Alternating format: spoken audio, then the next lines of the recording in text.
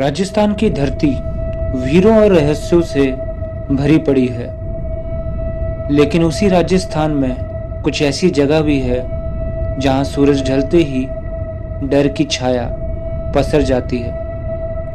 नमस्कार दोस्तों, स्वागत है आपका हमारे इस चैनल में और आज की इस नई कहानी में, जिसके जरिए आप जान पाएंगे कि कैसे एक किला भारत का सबसे ज़्यादा खौफनाक और भूतिया किला बन चुका है।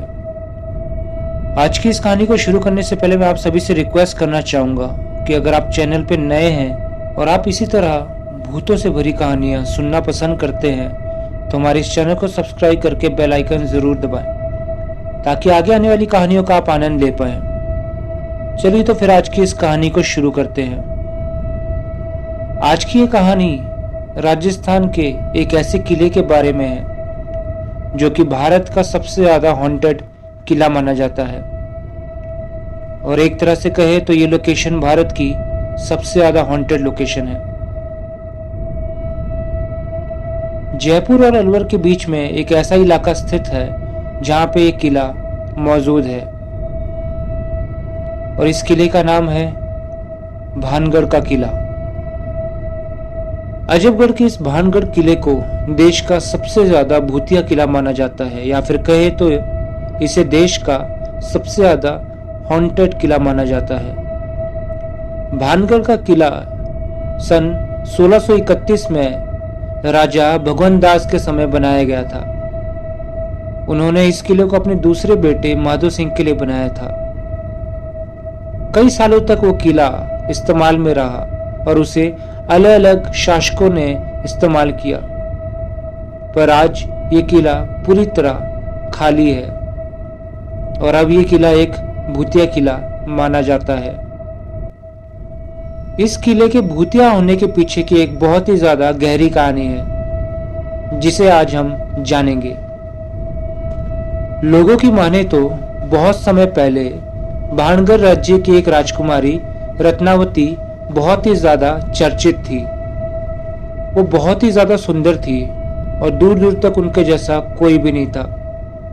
जब भानगढ़ की वो राजकुमारी 18 साल की हुई तो उन्हें शादी के बहुत सारे रिश्ते आने लगे जो कि उन्हें अलग अलग इलाकों से आ रहे थे। भानगढ़ के आसपास के उसी इलाके में एक तांत्रिक भी रहता था जिसका नाम था सिंघिया। सिंघिया के पास बहुत तरह तरह की ताकतें थी। वो बहुत ही ज्यादा खतरनाक तांत्रिक था और लोगों का कहना था कि उससे ज्यादा खतरनाक तांत्रिक उस इलाके में कोई भी नहीं है। सिंघिया उस राजकुमारी को बहुत ही ज्यादा पसंद करता था। वो जानता था कि वो किसी भी हाल में उस राजकुमारी को पा नहीं सकता, लेकिन फिर भी सिंघिया का मोह उस राजकुमारी के लिए दिन ब दिन बढ़ता ही जा रहा था। एक दिन की बात है जब उस राजकुमारी की एक नौकरानी बाजार में घूम रही थी तो सिंघिया की नजर उस नौकरानी पे पड़ी। सिंघिया ये देखते ही समझ गया था कि वो उस राजकुमारी के लिए कुछ सामान लेने के लिए आई हुई है। जब सिंघिया ने उसका पीछा किया तो उसे पता चला कि वो राजकुमारी के लिए खुशबूदार तेल लेने आई हुई है। जब सिंघिया ने उस नौकरानी को बाजार में तेल खरीदते हुए देखा तो उसके दिमाग में एक आइडिया आया।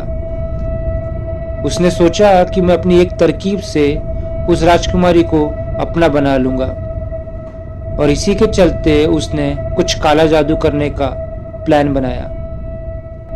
अभी उस राजकुमारी की नौकरानी आसपास की दुकानों में घूम रही थी कि अचानक से सिंघिया उस तेल वाली दुकान में आया और उसने अपने कुछ काले जादू और कुछ मंत्रों की बदौलत उस तेल पे एक तरह की हवा फूंक दी।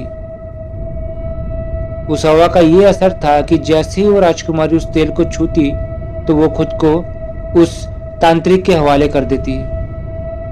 तांत्रिक ने उस तेल में एक ऐसा मंत्र फूंक दिया था कि अगर रत्नावती उसे छू लेती तो वो उस पर मोहित हो जाती। अपनी इसी सोच के साथ वो तांत्रिक बहुत ही ज्यादा खुश था। जैसे ही वो तेल रत्नावती के पास पहुंचा तो अचानक से उसे उसके एक बाबा ने बताया कि वो तेल इस्तेमाल करने लायक नहीं है। जब रत्नावती ने इस बारे में और कुछ जानना चाहा तो उस बाबा ने बताया कि आपके पास जो तेल आया है उसमें उस तांत्रिक ने अपना मंत्र फूंक दिया है, और अगर आप उस तेल को इस्तेमाल करेंगे तो उसके बाद आप उस तांत्रिक की तरफ मोहित हो जाएंगे। जैसे ही रत्नावती को इस बात की भनक लगी तो उसने उस तेल को एक पत्थर पर फेंक दिया। अभी उसने उस तेल को उस पत्थर की तरफ फेंका ही था कि अचानक से वो पत्थर लुढ़कता हुआ भानगढ़ के सड़कों पर चलने लगा। वो पत्थर उस तांत्रिक के घर की तरफ ही बढ़ रहा था। जब तांत्रिक को पता चला कि उसके घर की तरफ एक बड़ा पत्थर लुढ़कते हुए आ रहा है तो वो डर जाता है, और इसी डर के कारण वो अपने घर से बाहर निकलकर सड़कों पे भागने लगता है। अभी वो तांत्रिक उस पत्थर से बचने की कोशिश कर ही रहा था कि अचानक से वो पत्थर उस तांत्रिक के ऊपर गिर पड़ता है, और वो तांत्रिक लगभग उसी समय मर जाता है।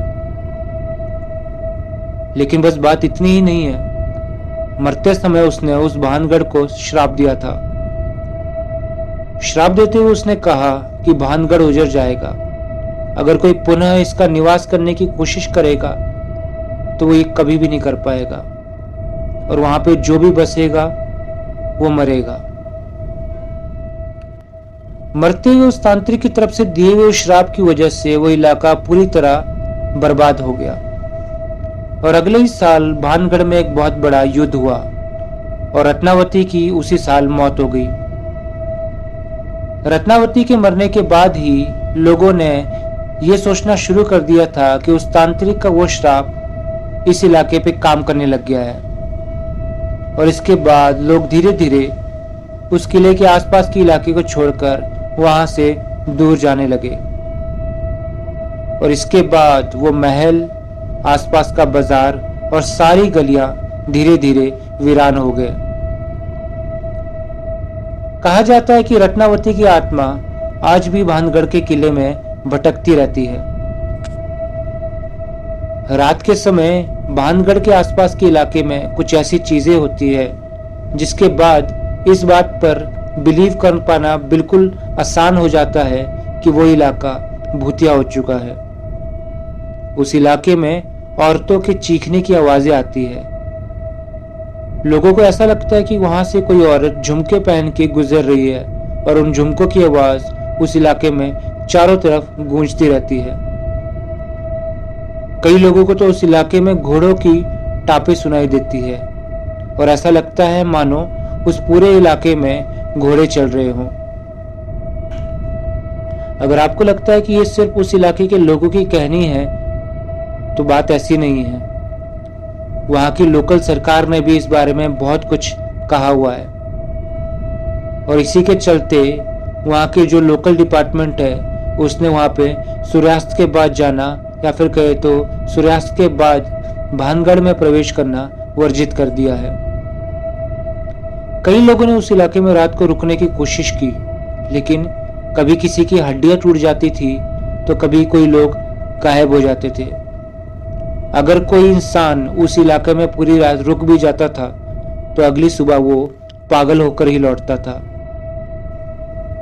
रात के समय कई लोगों को वहां पे अजीब तरह की कुछ परछाइयां दिखती है।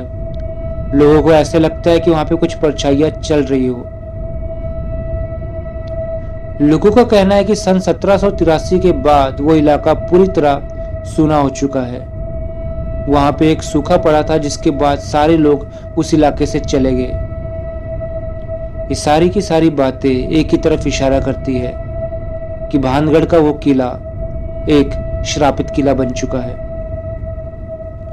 तो उम्मीद करता हूं दोस्तों आज की कहानी आप सभी को बहुत ज्यादा अच्छी लगी होगी। अगर आपकी नजर में भी ऐसा कोई किला है जो कि श्रापित है, या जिस किले के आसपास रात के समय जाना खतरे से खाली नहीं है, तो ऐसे किले के बारे में हमें जरूर बताएं। अगर आपके पास किसी भी तरह की कोई भूतिया कहानी है और आप चाहते हैं कि हम आपकी कहानी को इस चैनल पे लाए, तो वीडियो के डिस्क्रिप्शन में दी हुई मेल आईडी पे अपनी कहानी जरूर भेजें। तब तक के लिए मिलते हैं किसी और रात एक नई कहानी के साथ।